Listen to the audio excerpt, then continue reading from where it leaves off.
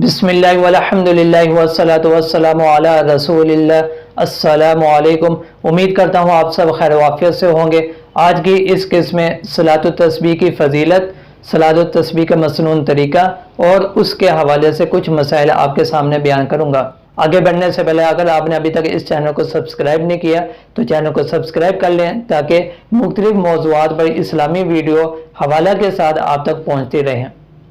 सुनन अबी दाऊद में एक हदीस पाक मौजूद है जिसमें हजूर अकरम सल्लल्लाहु अलैहि वसल्लम ने अपने चचा हज़रत अब्बास रज़ी अल्लाह अन्हु को सलात तस्बीह का तरीका सिखाते हुए फरमाया कि अगर आप इस नमाज को पढ़ लेंगे गफ़रल्लाहु लका ज़ंबका अव्वलहु व आखिरहु, तो अल्लाह तबारक व तआला आपके अगले पिछले गुनाह माफ़ फरमा देगा। कदीमहु व हदीसहु, नए पुराने गुनाह माफ़ फरमा देगा। खदाअहु व अमदहु, चाहे भूले से किए हो चाहे जानबूझ कर किए हो। सगीरहु व कबीरहु, छोटे गुनाह हो या बड़े गुनाह हो। सिर्रहु व अलानियतहु, पोशीदा तौर पर किए हो चाहे ज़ाहरी तौर पर किए हो, तो अल्लाह पाक सारे के सारे गुनाह माफ़ फरमा देगा। इनिस्तताअत अन तुसल्लिहा फी कुल्ली यौमिन मर्रतन फफ़अल, अगर आपसे हो सके तो इस नमाज को रोज़ाना एक मरतबा पढ़ लिया करें। फ़इन लम तफ़अल, अगर ऐसा ना हो सके फ़फ़ी कुल्ली जुमअतिन मर्रतन, तो हफ्ते में एक मरतबा पढ़ लिया करें। फ़इन लम तफ़अल, अगर ऐसा ना हो सके फ़फ़ी कुल्ली शहरिन मर्रतन, तो महीने में एक मरतबा पढ़ लिया करें। फ़इन लम तफ़अल, अगर ऐसा ना हो सके फ़फ़ी कुल्ली सनतिन मर्रतन, तो साल में एक मरतबा पढ़ लिया करें। फ़इन लम तफ़अल, अगर ऐसा ना हो सके फ़फ़ी उम्री का मर्रतन, तो ज़िंदगी में एक मरतबा पढ़ लें। हदीस मुबारक में सलातुत तस्बीह के दो तरीके बयान हुए हैं। एक तरीका सुनन अबी दाऊद की हदीस पाक में मौजूद है और दूसरा तरीका जामे तिरमिज़ी की हदीस पाक में मौजूद है। और जो तरीका आपके सामने अभी पेश करूँगा वो जामे तिरमिज़ी की हदीस में मौजूद है। सबसे पहली बात यह कि आपने 4 रकत नफल पढ़ने हैं और जिस तरीके से आम नफल पढ़े जाते हैं उसी तरीके से आपने इसको अदा करना है। तमाम तस्बीहात अपने अपने रुकन में आपने अदा करने हैं। सिर्फ एक चीज़ का आपने इजाफा करना है। वो किस चीज़ का इजाफा करना है? वह आपने इस कलीमे का इजाफा करना है, सुबहानल्लाहि वल्हम्दुलिल्लाहि वला इलाहा इल्लल्लाहु वल्लाहु अकबर।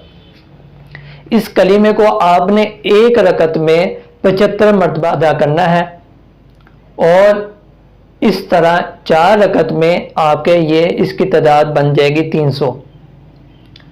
सबसे पहले आपने इस कलीमे को सना के बाद 15 मरतबा पढ़ना है।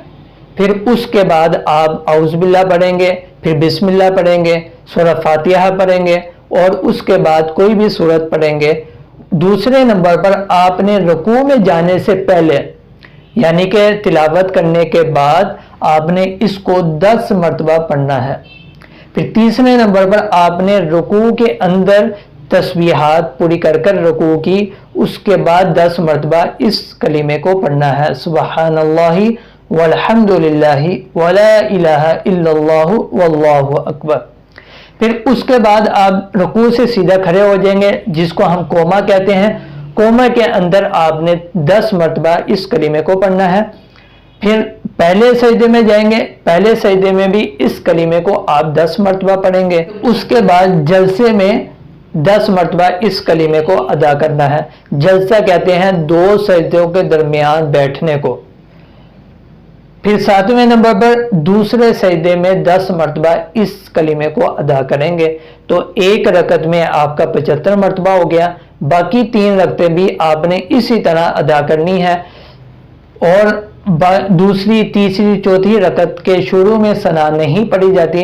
तो जब आप तकबीर कहकर खड़े होंगे तो उसके फ़ौरन बाद आप 15 मरतबा इस कलीमे को अदा करेंगे। फिर औज़ुबिल्लाह बिस्मिल्लाह सूरह फातिहा और कोई सूरत पढ़ने के बाद दोबारा 10 मरतबा पढ़ेंगे, फिर रुकू में चले जाएंगे। इसी तरतीब से ये आप 300 मरतबा मुकम्मल कर लेंगे। अब इस नमाज के हवाले से कुछ मसाइल हैं वो भी आपके सामने पेश कर देता हूँ। पहला मसला ये है कि इस नमाज को इनफरादी तौर पर पढ़ा जाए।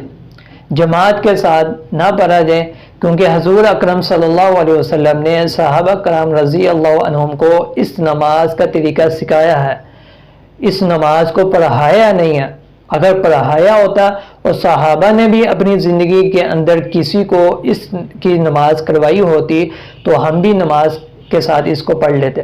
تو بہتر طریقہ یہ ہے، اختلاف سے بچنا چاہیے کہ ہم انفرادی طور پر اس نماز کو ادا کریں، بے شک وہ آپ اپنے گھر میں ادا کر لیں، بے شک کسی مسجد میں جا کر انفرادی طور پر اس کو ادا کر لیں۔ ایک سوال یہ بھی پوچھا جاتا ہے کہ اگر کوئی شخص ایک رکن کی تسبیح بھول جائے تو وہ پھر کیا کرے؟ دوبارہ سے نماز ادا کرے یا اس کا کوئی دوسرا طریقہ ہے؟ تو اگر کسی کے ساتھ ایسا ہو جائے تو وہ دوسرے رکن میں جا کر پہلے والے رکن کی تسبیح ادا کر لے۔ جیسے کہ مثال کے طور پر کسی شخص نے سورۃ فاتحہ اور سورت کے بعد تسبیح نہیں پڑھی اور وہ رکوع میں چلا گیا، تو رکوع میں جا کر پہلے والی 10 بھی پڑھے گا اور رکوع والی 10 بھی ادا کرے گا۔ اس طریقے سے اس کی نماز برقرار رہے گی اور اس کی تسبیحات بھی پوری ہو جائیں گی۔ ایک سوال یہ بھی پوچھا جاتا ہے کہ اس نماز کی تسبیح کو ہم کیسے شمار کریں، کیونکہ زیادہ تعداد میں ہے، کئی جگہ پر 15 مرتبہ ہے، کئی جگہ 10 مرتبہ ہے۔ اس کو تسبیح کے ساتھ گنیں یا پھر ذہن میں گنتی کریں۔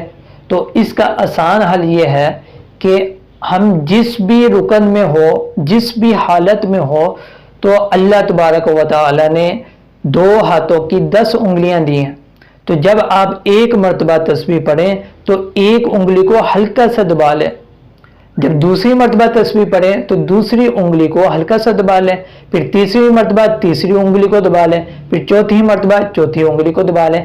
اس طریقے سے آپ کی تسبیح بھی ادا ہو جائے گی اور نماز میں کوئی خلل نہیں پیدا ہوگا۔